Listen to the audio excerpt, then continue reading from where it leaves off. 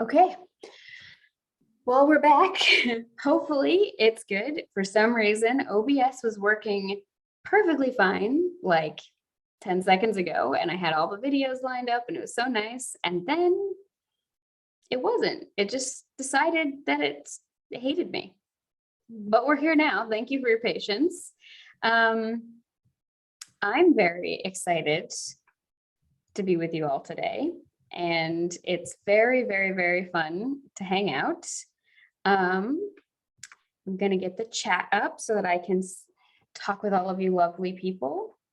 And I'm going to put my actual name here so you all can know who I am. Anyway, welcome everybody. So today we're gonna not have cool fancy overlay. And yes, I am a witch today because I figured it would be more fun.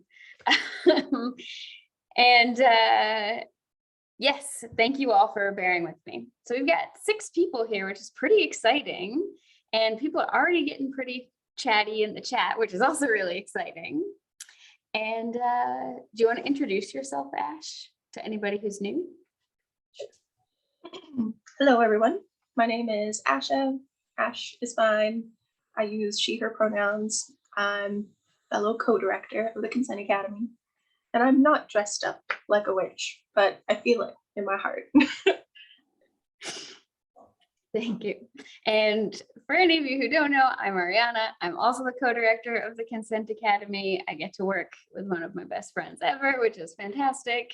And I also stream on Tuesdays playing Stardew Valley and talking about economics and big nerd shit and community consent and autonomy.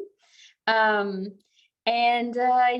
I'm very excited to be hanging out with all of you today. It's very fun. We're going to keep talking about the stuff we were talking about before, which was sort of consent and porn and ethics. Like, is porn consensual and is it ethical? And like, how do we know? How do we make this decision? The conclusion we kind of came to last time was, kind of depends. And we also touched on the ideas that things like Disney may have also had pretty big impacts on sort of shaping our sexualities and our senses of who we are and everything. We also talked about how, porn has changed a lot over time and how there's not as much humor in it and there's not as much like joy and celebration and silliness as there was in some vintage porn, and that's something we really think is missing. Do you remember anything else we touched on, Ash? I think that's a good summary. Okay. A couple other things that we ended up talking about were just like sort of the idea that porn has always existed, and so it always probably will exist. And it's not about saying if porn is good or bad or right or wrong. It's more about, let's talk about it from a sex positive but realistic perspective. Let's think about the impacts it has on us, good and bad, and kind of figure it out from there. And sorry, what did you say? That reminds me, we also talked about what is porn, what counts as porn, right? What's the difference between porn and sexually explicit media? What's the difference between porn and like just people being nude? Right. And I think this is a big question that we should start with again. Like, what is porn exactly? Because a lot of the time debates around porn kind of just like miss each other because they're not even talking about the same thing, because porn covers so many things. One of our volunteers recently was pointing out to me that they consider things like Instagram to be the new softcore porn, because it is just full of beautifully shot, beautifully lighted, airbrushed, sexy pictures of people like showing off their bodies. And it's pretty erotic a lot of the time, or at least arousing. And so, yeah, how would we define porn exactly? Is, I think, a big question. And there's like a huge gender double standard around that, because like if you show a female nipple, that's porn on Instagram. And they're like, no, that's not okay. And like a certain amount of like butt cheek is too much or something. I don't know. And then, but people seen as male can have their nipples out. Right. Not considered pornographic at all. Exactly. It's not seen as pornographic, and it's just seen as like normal. And it's not even just like whose nipple is it? It's like presenting, female or male presenting nipples. So if you're a dude who's got big nipples, it's going to get censored. And like, this also complicates things when we talk about like trans people, and like a trans man might have female presenting nipples, especially if they had, nursed any children that they had prior to transitioning, because that'll make your nipples bigger. But then those can still get really censored by a lot of social media. But just like being shirtless by the pool, whereas like cis men might not get their nipples censored. So it's really, I think, complicated. And like, I also think a question there related to that is like, at what point do we consider breasts to be pornographic? Because people talk about things like someone being flat chested. And if you're quote unquote flat chested, if you're like, as I've heard people describe it, like 2 fried eggs, basically, and you're shirtless, is that, yeah, I know. I have an aunt who describes her own chest. And she's got all these conspiracy theories about why everyone else in the family has large breasts except for her. And they're very fun to listen to. Basically, though, this idea of if you're flat chested and shirtless, is that the same? And if not, why is it different than someone who, say, has large breasts and you can see their nipples? What do you think, Ash? Mm-hmm. Yeah, I was also thinking while you were talking about there's a gender double standard, and then you were talking about size of nipples. There's also like a fat phobic element to it too, of like larger bodies are seen as inherently more sexual. And like, I think that ties into what you were saying about flat chested versus a certain size of breast being seen as like more inherently obscene. Like, yeah, there's something there about like more flesh. The more flesh there is, the more arousing, or like the need to cover it up exists. Yeah. I think that this is also sort of, I think it's a complicated thing, because those can even be like categories on porn sites, like big breasts versus flat chested. And those can be very like particular sort of desires that people have, and the symbols that we then attach to either. I mentioned last time when I lived in Japan. So if you go on most Western porn websites, you see these really kind of gross and uncomfortable categories based on race. And then a lot of the time in those categories, there's all kinds of fantasy playing out and like ideas about different races that we have. But the thing is, if you go to Japan, they do the same thing, but instead of having like an Asian porn category, that's just the standard for them. And then you would have like, like big busty white women. It would be like its own category. And then when I lived in Japan, a lot of people had this assumption about me that I was inherently very sexual and very slutty and, like easy to have sex with, simply because I have large breasts, especially large compared to the average in Japan.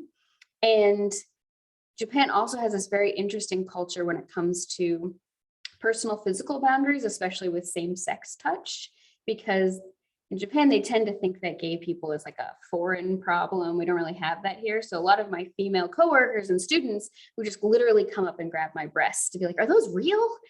Can I feel them? And I'd be like, no, please, social distance. This was years ago before the pandemic, but I'd still just be like, back up.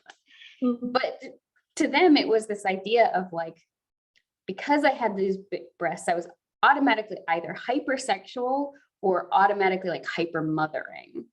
And people would treat me really different based on which assumption they made. Now, not everybody did this, but it was a pretty common kind of way it colored interactions.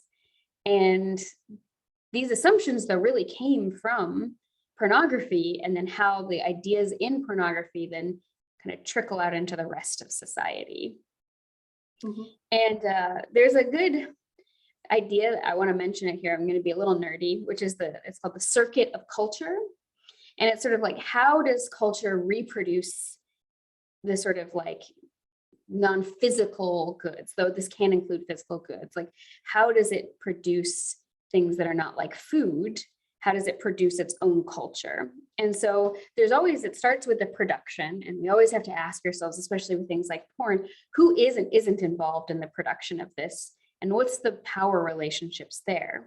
Because like, if I'm involved and I'm making porn, but I have no real power in that space, well, it doesn't really matter that I'm there. But if I'm, say, the director or the producer, or I'm getting to make decisions, or I'm like one of the actors and I have the freedom to set boundaries and make decisions, that's really different.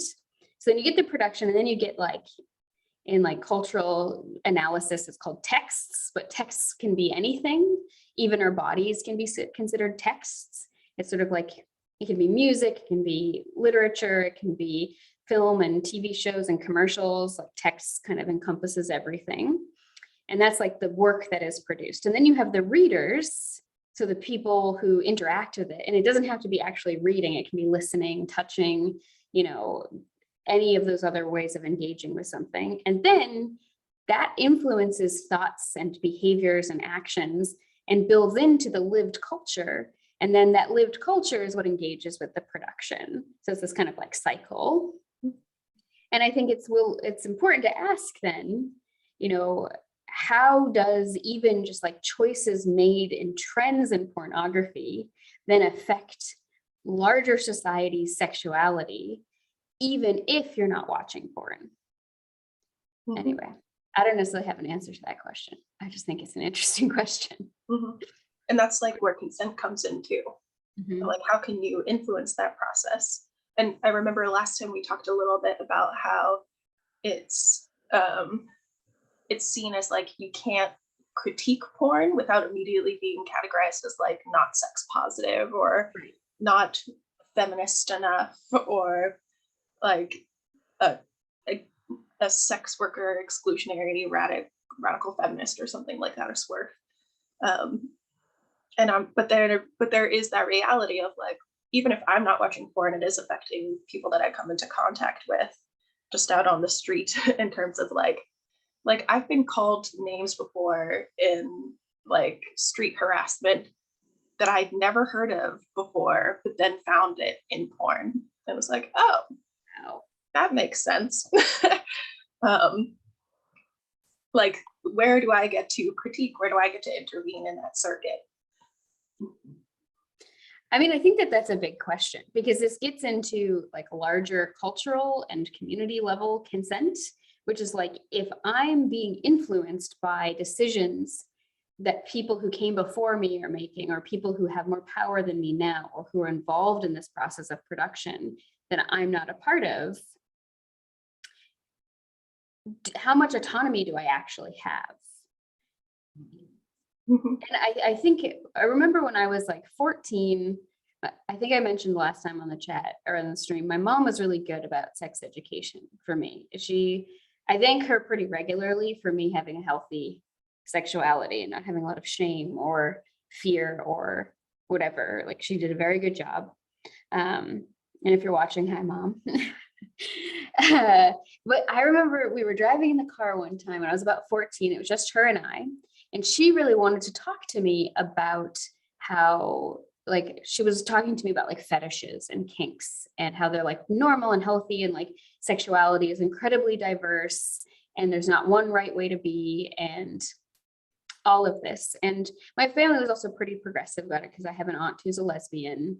And so there was no pretending like gay people didn't exist. And my family was very open and accepting of this. So from the beginning, I also knew about all of, the different ways people can be and the types of expressions that they can have.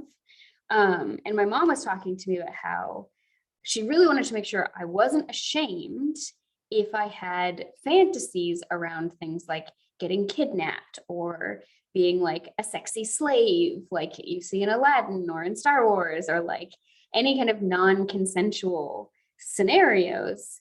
And she really stressed to me, like, this is the most common sort of fantasy among women in Western culture. And she's like, you're not bad. It doesn't mean you actually want bad things to happen to you. It's not even about that, because if you think about it in your fantasy, like, it's only things that you want to have happen that are happening, or things that are sort of gratifying in some manner. And she, like, I had never said anything about anything like related to this. She was just like, we're going to talk about this. And I was like, okay, all right, interesting. This is good to know.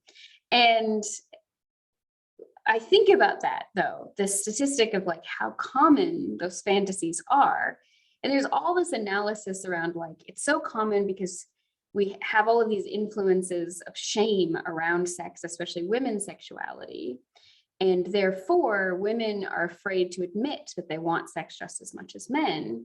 Therefore, the only way they can feel allowed to enjoy it without shame is to imagine these sort of consensual, not consensual situations, because then it's like they're not the person who's having to initiate or act or say yes to it. It's just, pleasure is just happening to you, and you're like, yes, and I don't have to be involved in it. But then I thought about how, like, wow, like, how does this so common then, though? Like, nobody's telling me this. Nobody came to me as a little kid and said, this is how you have to feel about your body, and this is how you have to feel about your sexuality. Like, not those kinds of words, but why is it so common? And then you get into the whole question of, like, do we actually even have free will? And, and then, like, how does that interact with consent? I see, real quick, Reverend Mort wrote in the chat. So on the topic of performer, creator, producer power dynamics, what are your thoughts on the shifts brought on by tube sites, and particularly creator focused models like OnlyFans, and how OnlyFans isn't actually a porn site, despite being one of the biggest outlets for it? Yeah, do you want to answer this, Ash? How do I feel about it? Yeah, how do you feel about it? The shift of, like, the tube sites like RedTube and like X videos. I don't remember all of them. Yeah, I feel like it gives creators more control over how they want to be presented, how much they want to share about their lives, hopefully make more money. I'm not sure if that's true or not. But at the same time, it's like there's still a competitive marketplace aspect to it, of like, you constantly see people on like social media or something saying like they're ranking on OnlyFans of like top something percent. And how do they get that? They have to appeal to what is already selling in the marketplace. So like, I do feel like OnlyFans and other tube sites have a reinforcing relationship there, of like, things that have the most views on the tube site are going to be things that creators are going to emulate because they know they'll make them money. And I do think there is space for like more creativity, and to like establish new kinds of cultures around it, but they don't make as much money. So like that economic pressure, I think, is also working upon them, even when you're an independent creator. Yeah, I would agree with that. I think that it could open the door to a lot of more creative, more interesting types of pornography, and just really a lot more experimentation. Because I would say that, well, things have trended much more extreme, and things like violence and humiliation and shame and stuff have become more mainstream in pornography. And like a couple other trends, like the cuckolding trend became really, really big for a very long time, and I think is still pretty popular. And then like different kinds of incest tropes. I love the ads that I see where the woman is like reaching into the laundry machine and her hand is stuck. It's like the stupidest thing. I don't know if you've seen that. I've gotten these kinds of ads on different websites like 4chan. If you ever go on 4chan, like all the ads are just for porn. Anyway, don't go on 4chan unless you already go on 4chan. There's no need to check it out. But they're always like, she's like trying to get laundry out, and then she just gets like stuck in the laundry machine. And it's usually supposed to be like her stepbrother or something. It's become this whole trope. And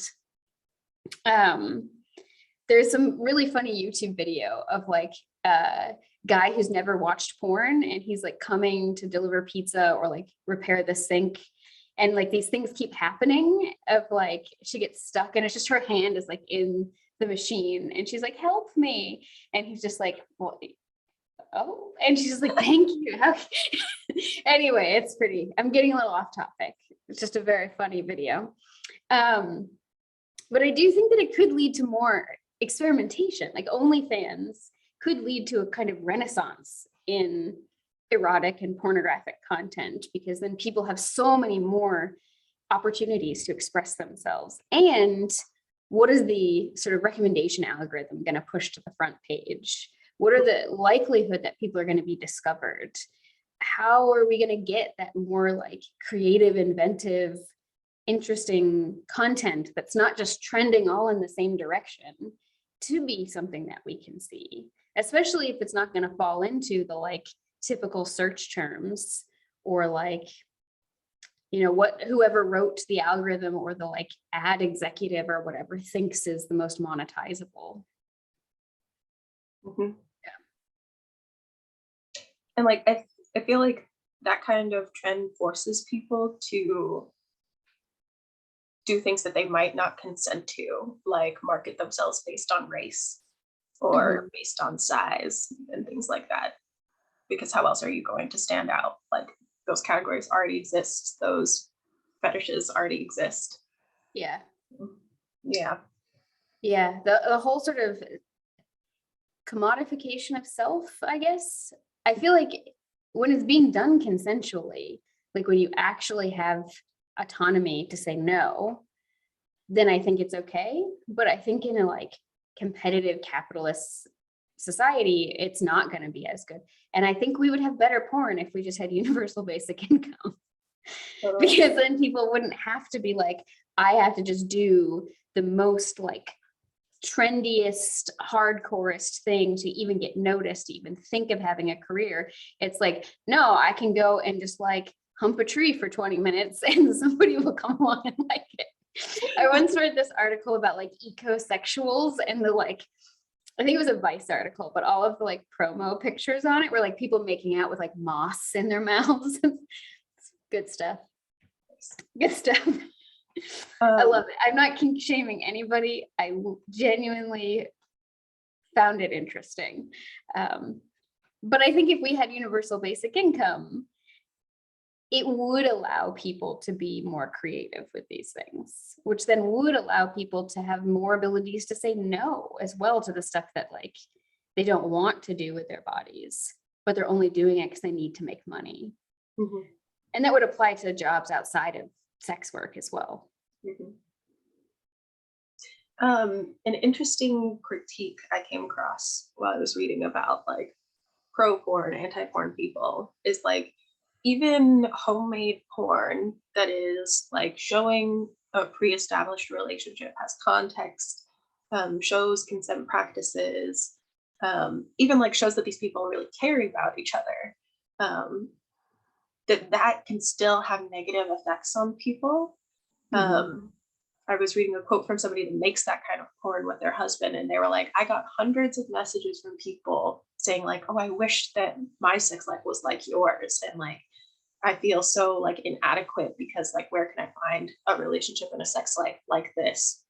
And then, yeah, that makes me think too of like there's still that aspect of it. And I see that also with like social media too, of like just people presenting their lives the way it is can still have impacts on people, even when you have like the option to just look away, you know that it's out there. What do you think about that? I love this question. I think that this is a really big one. I mean, if we think about this sort of like cultural reproduction cycle, like it's always going to end up like any media that we create, like thinking of just commercials, they're both the messenger and the message. And they're like also the receiver of the message, right? Like the people who create any kind of media are both creating culture, but they're also getting messages from culture about what kinds of things are worth creating. And I think even on something like Twitter or Instagram, even if I'm not using tons of filters and like working my angles and like doing all this kind of stuff to be like slim, thick, or whatever the trend of the day is, you know, just putting my life out there, the things that I'm going to think are worth paying attention to in my own daily life are going to be modulated by the things I've seen on social media as worth presenting and sharing. And that's also then going to change and affect what do I pay attention to in my own life? Yeah. And what do I, if I don't see in my life the things that are represented on social media as being valuable, like, you know, lots of sunsets and just like looking at how glorious they are. Well, you might live in a place where the general makeup of the local atmosphere and just like air quality doesn't give you those beautiful sunsets. And then you might feel like you're really missing out because you don't have that. Or I don't remember what it was, but I remember being a kid and there was like some romantic trend thing that had been in a lot of media. And I was thinking at the time how sweet it would be to do that and to experience that as like a receiver. And then it occurred to me one day, I would actually hate it if the thing that I was seeing in this movie was actually going on in my real life. And I would roll my eyes at anybody who tried to do that as like a romantic gesture. But because I had seen it in movies so much, I just assumed it must be so lovely. Mm-hmm. And I feel like the same thing is true with Instagram and TikTok and Twitter and every other social media, and is also true in porn. Mm-hmm. And I think that without better, more creative, more diverse pornography, we don't have as much imagination about what we could enjoy ourselves. Mm-hmm. Mm. Yeah. Mm-hmm. Yeah. Yeah, I'd like to see just more conversation in porn about like how people feel about things Yeah. as they're occurring and like debriefing afterward. Like that's a common thing I do in my own sex life is like you just talk throughout of like what is happening? Why are we doing this? Is this okay? Like where did we come up with the idea for this? Is it actually what we imagined it would be? Yeah. Maybe to some people that's not sexy, but I think it is. Yeah. I mean, I think that I like those kinds of conversations before and after very much. The My Pillow talk is usually me info dumping on my partner about some like psych concept or something I'm fixated on. That was literally like usually my pillow talk. So I'm not even joking. And what you were saying also got me thinking about how like sometimes people can be afraid to have these conversations about like, this is the stuff I would like in sex, or I thought I was going to like this and it wasn't as good as I thought it would be because of all the shame that we have, even around just like having genitals that occasionally have sensations in them. Like we just feel so much shame around it. Reverend Mort just said in the chat, I mean, I make my partner watch weird Taiwanese puppet shows or something. So at least you're educational. Yeah.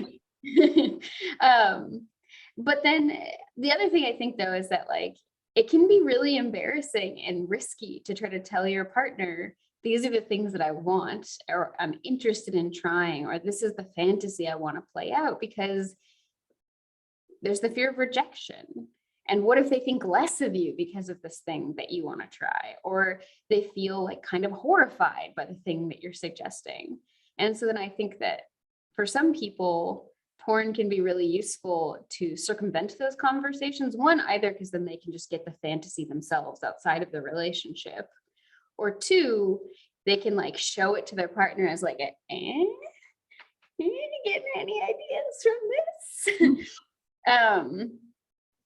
Though I think that takes, you still have to have not a ton of shame to be able to be like, this is the porn I like, you want to check it out? And I do think the vast majority of porn is watched alone. And that's like a big part of the problem. Yeah. I think it's also tough because I think that, you know, we talked a little bit last time around how porn has kind of always existed and will always exist. And I think that one of the real values of porn is like when people want to initiate sex with each other, but they're struggling to kind of get in the mood. Like that can happen to me. I can be like so in work brain and like I want to calm down and I want to be intimate and engage with my partner. And like it just feels, there's a really good word in Japanese, mendokusai, which kind of means like troublesome, but it doesn't quite mean that. And you can't really capture the feeling in English, but troublesome. Like to think about all the steps I would have to do to like, and I'm kind of thinking, and I need to write this one more email and like, oh, and then what about dinner? And then like, I don't always want to be that way. You know, like sometimes it's not like how I am always, but sometimes I don't want to stay stuck in that mode. Like sometimes when I'm kind of waffling about whether or not I want to have sex, it's not because I don't actually want to. It's more of a question of, I'm not sure I can get myself to that place without a tremendous amount of effort. And by the time I'm ready, you're probably not interested anymore. And so then I feel like in those spaces, pornography can be very useful and serve a really important social function, which is to help as like an aphrodisiac to get us in the mood to engage more with each other, because it is arousing to see other people doing these things or even just hear them doing these things. I recently discovered ASMR pornography and it is hilarious. There's this one guy and he just does all of these videos of all of these different role plays, and they were fascinating. That's all I'm going to say.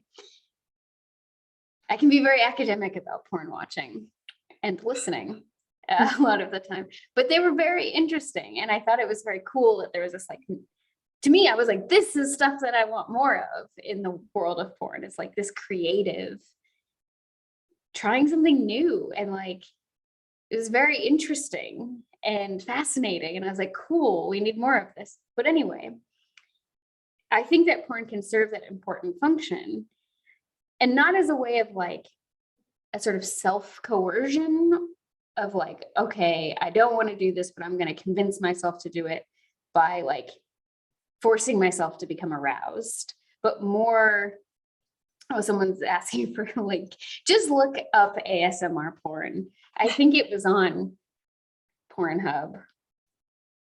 Was that? No, Mega Porn is the one that was taken down years ago.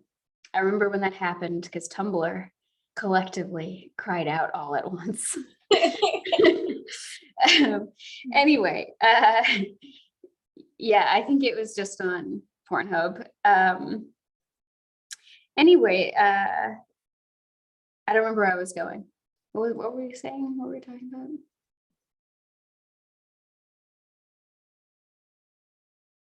Important social, self-coercion, but more in the like I want to get out of this mood of not being in the mood. And this is a tool that's going to help me do it. Similar to like, oh, I'm really tired in the morning, so I'm going to go do like 10 jumping jacks to get the blood flowing so that I wake up more. Like to me, it's a very similar tool. And I think if we get really sex negative about it, we can get into those spirals of like, oh, but if I can't just get it instantly turned on by the very thought of my partner, then that means that there's something wrong with our relationship, or there's something wrong with me, or like it's all going to fall apart. In reality, it's like, I don't know. Very, very normal. Yeah. Anyway, so then I want to come back to the what is porn and like a definition of it, because for me, I would define it very, very broadly as like any sexually explicit, so maybe even implicit, like that's implying material that is primarily designed to produce sexual arousal in the people interacting with it. Designed to produce sexual arousal. We were like, that's the aim, because I think that there's a difference between like, you know, snapping pictures of the family on the beach and you're all in your swimsuits, which is very like could be erotic, like you could eroticize that, but I would not count that as pornography. And I think that that's the same sort of definitions that is used in a lot of the legal system of like, is the pictures of your child, say naked, when does that considered child pornography or just normal family photos? And like, what is the intent there? Yeah. How do you feel about that definition? I don't know, because I know that the intent behind the producer is one thing, but what about the intent behind the consumer? Yeah. Like, I feel like anybody could turn almost anything into porn for themselves if they wanted to. Yeah. Like this video of us. If somebody really wanted to, they could use this for sexual arousal and gratification. So your definition is the producer needs to have that intent. I would say in terms of what kinds of things that we can actually have a debate about or discussion about, and also what are the kinds of things that, like, if we did come to the conclusion, oh, this thing is harmful, that would be possible to regulate in any way or to reject as a culture. Whereas I think things that are truly just an internal thing, I think that's a little harder to have a conversation about, because then we need to have a conversation with literally everybody on the planet. But I also agree with you that like anybody can make anything into pornography that they want. And I've always operated under the assumption that like anytime I take a selfie or take a picture of anything of my life and I'm going to put it on the internet, would I be okay if somebody was like, took it and was like, yeah, I'm going to use this. And then I'm just like, I can't stop them. So. But that does stop me from posting a lot of things personally, I will say. Yeah, I mean, it does for me as well, but I'm just kind of like, I always ask myself beforehand, like if someone were going to take this and use it against me or use it for their own pleasure, how would I feel about that? And so I always have that little, because of the ability that anybody could sort of make this in anything into pornography. Yeah. So how would you define porn then?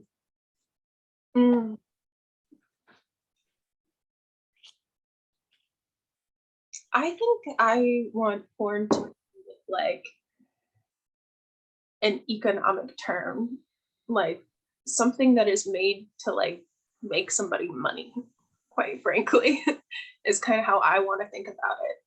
Because like as a sex educator, there's a lot of sexually explicit media that like is designed for educational purposes. They don't really care if they make any money off of it. And like anybody else could see that as pornography, but like that educational piece to me defines it differently. Like, is the purpose for entertainment and then to make profit? Yeah, I think those are the important pieces for me personally. Like things that have an economic component to it, that's when that like level of regulation becomes important. Of like, what are we culturally deciding is okay to like make money off of? But like, yeah, I don't know, it's hard. I just really want there to be a line between I might want this to arouse people, but I want them to think about that arousal in a specific way, not for entertainment and not for me to make money off of it. Like educational porn, or I don't even want to use porn, sexually explicit media can be its own thing. I don't know. What do you think about that? I'm not sure. I think this is part of the question that makes it so difficult, especially when I think about things like feminist debates for and against porn that I've read, because I'm not even sure a lot of the time if they are talking about the same thing. And I think that I really don't know, but there's a good question in chat from Reverend Mort of, if the definition of it requires profit, my question is, what are things like sending nudes or explicit videos to your partner, or even consenting strangers for no other reason than their own or mutual arousal? Like would sending nudes, or like if I made a sex tape to send to my friends, Would that be porn? Mhm.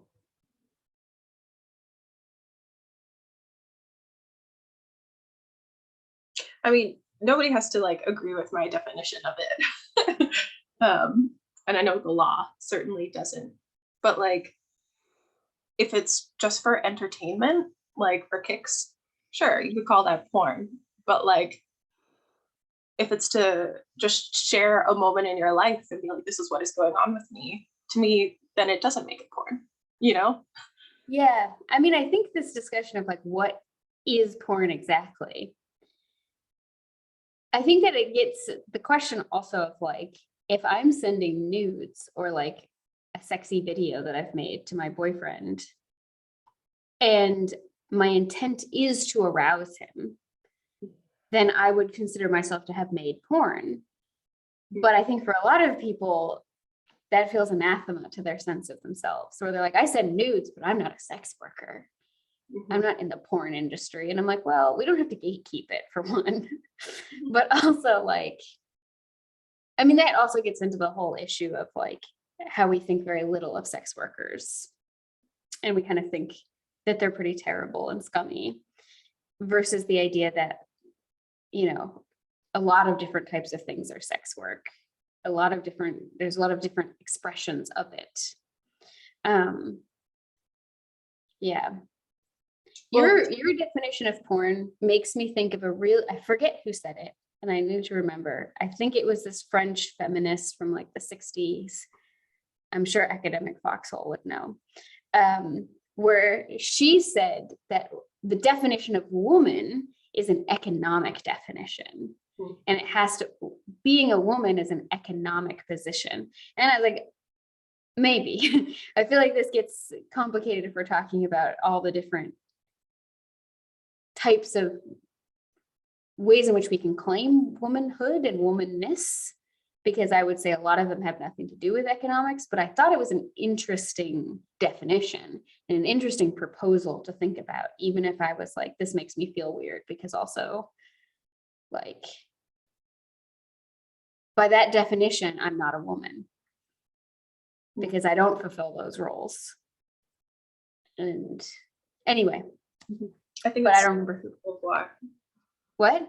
Beauvoir, Simone Beauvoir, probably. No, it was a different one. Who was like a very radical political lesbian. Where she was like, I could have sex with men, but for political reasons, I'm identifying as a lesbian. Interesting. Yeah. I think Beauvoir probably also made similar arguments. I mean, they all tend to kind of build off of each other. Yeah, but it's an interesting question. So then I do think, though, the most interesting debates I've ever read around pornography are within feminism themselves, like really pro-porn feminists and really against porn feminists. And I mean, there was this really good Reductress article that I shared with Ash recently that was like, woman encapsulates modern day feminism by rolling her eyes at the porn she's masturbating to. And I'm just like, that's basically how I feel about it, where it's like,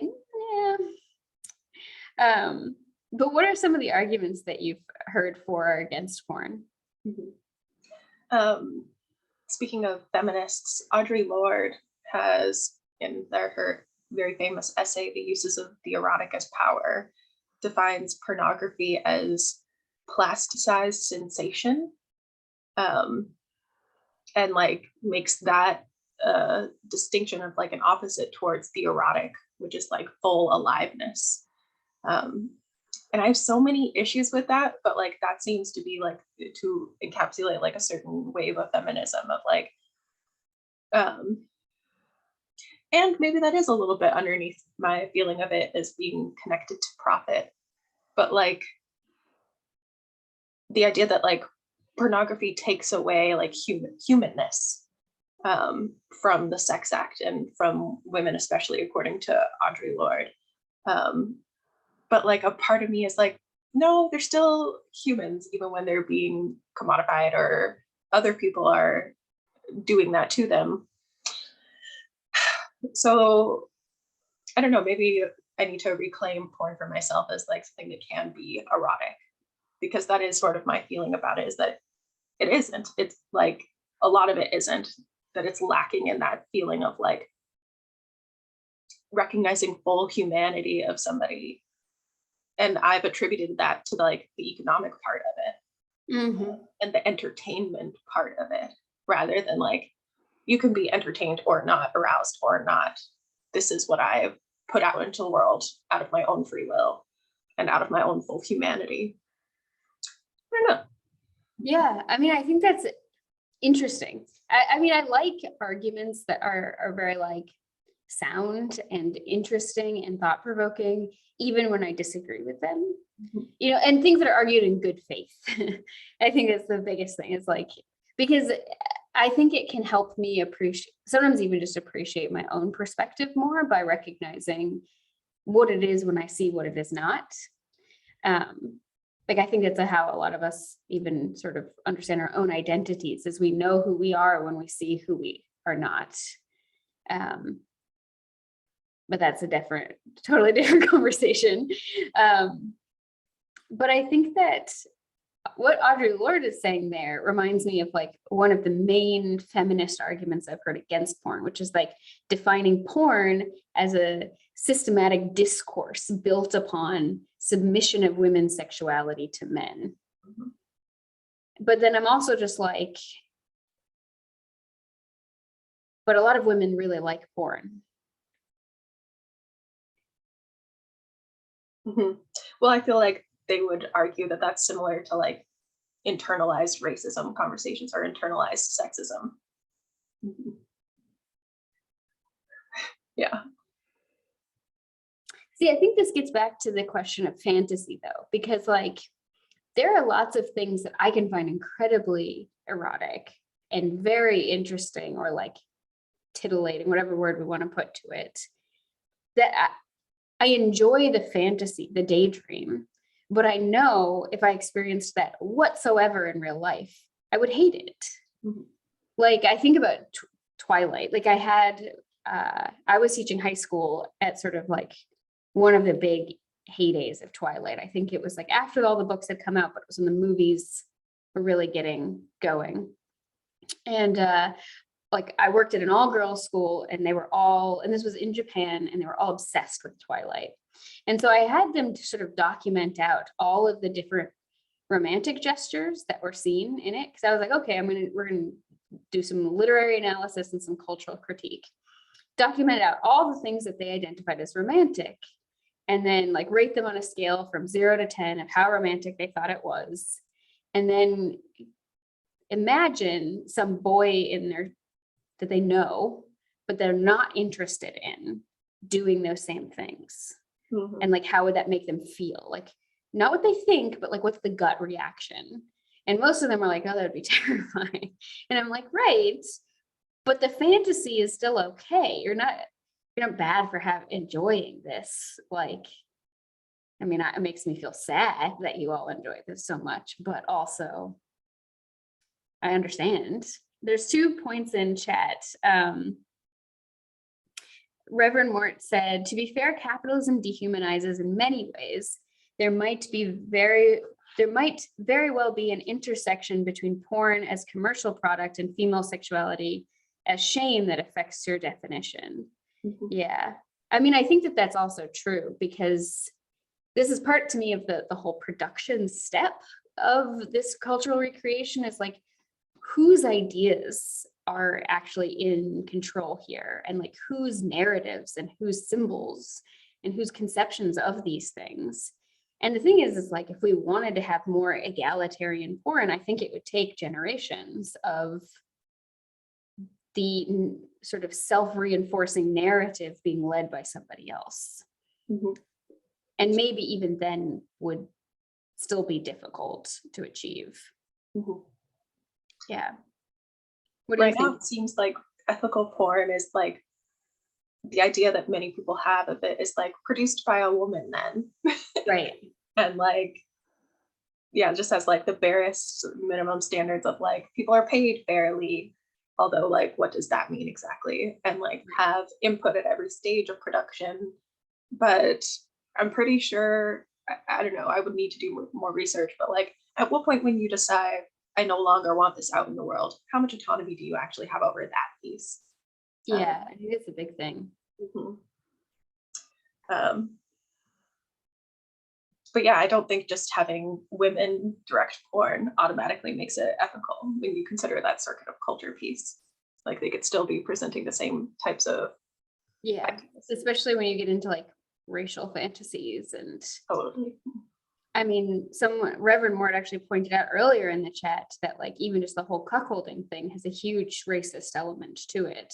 Totally. And I think that this is an important point. Like, I definitely don't think that, I'm very much against the idea that if we just put women in charge of stuff, everything would get better. I think it would be pretty much the same.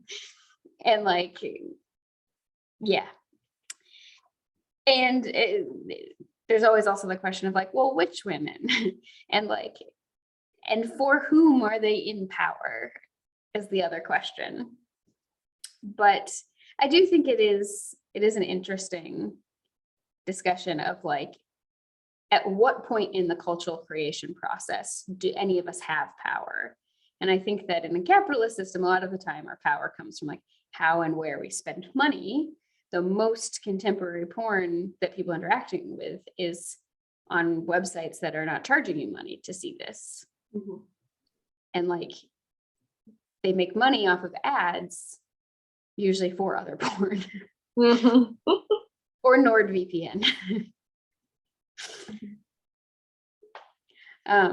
So anyway, we've got just a few minutes left. We do have a class that starts right at the hour, so we'll have to end just a little bit before that. This definitely isn't the end of this discussion because I think there's a lot to talk about here.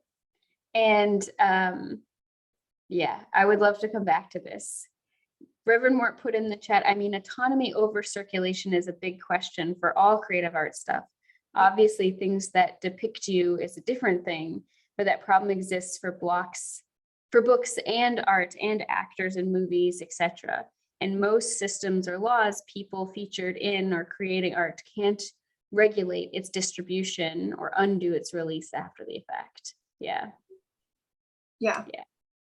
And like, that's where I want the term porn, because there's so much like to critique within porn. I want to, it's like encapsulate all of those issues and then also carve out a safe space that isn't that.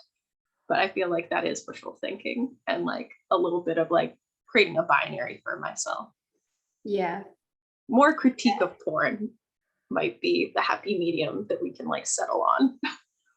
Yeah. And I mean, I definitely want to stress that like critiquing porn does not mean anti-porn.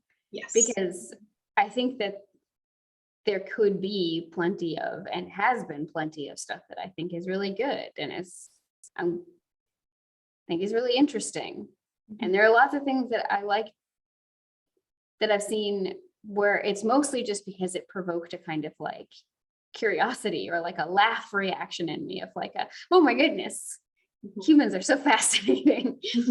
And I'm glad for those things. And yeah, I would agree with what Reverend Mort here says, which is spectrums are key as always. As yeah. always. All Yeah, right. no issues with like sex as entertainment or sex being sold in any way. But like categorizing everything that comes under that as like universally good or bad, and then or not having any analysis about it at all and just allowing it to affect your life and how you interact with people, that's where I'm like yeah I think that's yeah. And we didn't even talk about things like porn addiction or the ways in which I think that if you're always watching the same kinds of porn, it can really get certain kinks or fetishes so anchored so deeply in your amygdala, basically, that it becomes impossible for you to experience arousal without, not necessarily without porn, but without like a certain kind of thought or idea or like, yeah, that's what I'm trying to say. Yeah, and and like how much personal responsibility can you really have around that too? Right. Or when it's like, yeah, like I had an ex who over time just like needed more and more and more novelty. And in the end, our sexualities had diverged so far from each other that it was not possible for us to interact with each other, because anything that I was like, this is what makes me feel good, was like anathema. And the things that he wanted, I was like, I'm literally incapable of taking this seriously. Like, you want me to fart in your face? Like, that's literally where it went. And he blamed 4chan, and like I can see it because I think that there was like an epoch of farting hentai porn stuff that he got really like fixated on. And I feel really bad for him because he felt a lot of tension with this. And I was like, I will engage with you with this, and I'm not kink shaming you, but like, I literally can't take this seriously, and I'm just gonna like laugh, and not in a good way. I tried to be very understanding. But anyway, we're basically out of time, so let's stop here. We'll talk more about like consent and kinks and in the future. Consent and kinks, yes, for next time. All right, thank you, everybody. Bye.